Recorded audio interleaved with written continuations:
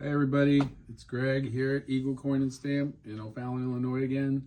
We were just here a couple days ago, had fun doing that, and I wouldn't be back so soon hadn't it been that more cards from the same collection turned up, and I thought, what the heck, we'll just keep going. This happens to be a family friend of ours, so we want to try to take good care of them. At the same time, the number one thing in card dealing is integrity, as everyone knows, right? Integrity. My integrity is going to be tested here today, and what I'm saying is that another group came in, the rest of the stuff, and I went ahead and started taking it apart. If you look over here, this is all the stuff I've deemed as not very exciting. You got Fleer baseball there. That's an update, some update sets. Civil War cards, I've never really seen them. Kind of interesting, but not valuable to me. Maybe someone else. 89 Fleer. Just basically, I deem this as not so valuable stuff. So there's also some classic in the top here. If you ever see this kind of stuff, really minimal value in the world of cards. I wouldn't put a lot of stock in it. And I sorted out some stuff that just didn't have a whole lot of value. So we left that behind. The stuff that had potential for me to buy, I'm going to put on my far-sighted glasses now. The stuff that had potential for me to buy is more gathered over here, along with the bounty from the first day's haul. They've all been taken home, and I upgraded where necessary. The client will get rewarded for those upgrades. There was only 4 upgrades in the first day on top of my cards at home. We did some more last night, and we had maybe another 4 more upgrades and maybe 6 or 7, 8 commons that increased my collection. So for me, it's been great. I got to make my 79 Murray better, which was really exciting. I also got to make my Don Sutton. This one was in kind of a filler. My original was off center. I used this until I found a better, and I found that 2 nights ago. I ended up getting a better Eddie Matthews and a better Ted Simmons. Then I had a graded 5.5, but the one I got from this collection was definitely better than a 5.5. So I'll be buying that from the client. So yesterday I could not resist. I started going through, and I was having so much fun doing it. I couldn't resist, so I kept going and going, and these are the cards I ended up pulling out of it. A couple OJs, another Lee Smith, if you remember the joke from video number 1 or 2, whichever.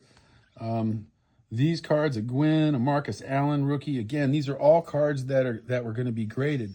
And the reason we know that this guy was super serious, let me show you this. We know he was super serious. I've covered up his address, but the address you see right here, if you're in St. Louis sports, I don't know how wide his breadth was in the 90s and beyond.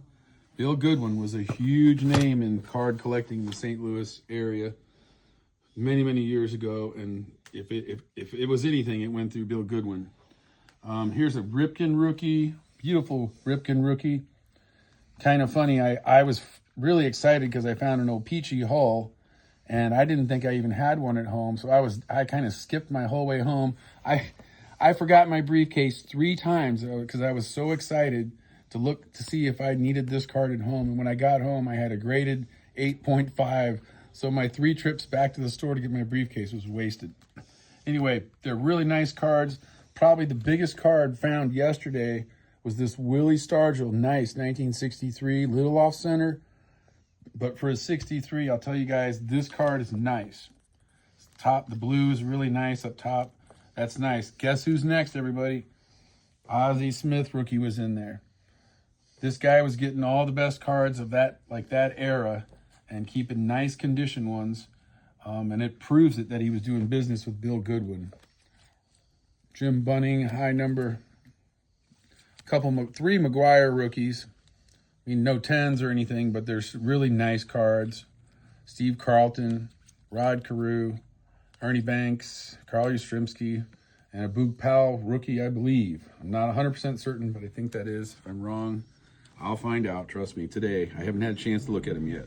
So I'll know if that's a rookie here in an hour or so. So there was a bunch more stuff, newer stuff. I don't put that in the valuable pile. Eric Lindros set. McGuire rookies, Cecil Fielder, John Kruk, Juan Gonzalez, and a big old screw down. It's kind of funny. Get a kick out of that. A Mo Respawn, little tiny mother load. Bunch of common, vintage like I like 60s, 70s. Football, Philadelphia's, some stars, but in poor shape. A couple mazes and a Whitey Ford. Poor shape. I'm stalling. I know it sounds like. Anyway, here's a couple traded sets. I'm probably going to offer something on these sealed sets. Really cool sealed, what looks like Major League Baseball, but it turns out here's an open version of the same ball, guys, girls. It's only a Corey League ball, but some of you guys my age and older might remember unwrapping one of these when you were back in the day, either a coach or a player. But there's two mint condition Corey League balls from probably the late 70s. Then there's this ball inside of a box that it's autographed by somebody. If anybody out there can help me know who this is, it's a Major League ball. It's got Charles Feeney's autograph. And again, if anybody can help me on it, it says to Helen, best wishes, Claude, somebody, we're not sure. Anyway, kind of a neat little situation. And that leads us to the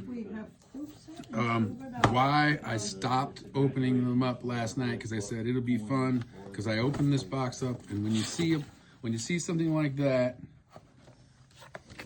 it kind of gets your attention, so you think there might be something good in the future. So if you want to pause it right there, you have my word, folks, I have not gone through this yet. You're going to get my true unbridled reactions when we open here in another minute. A customer just came.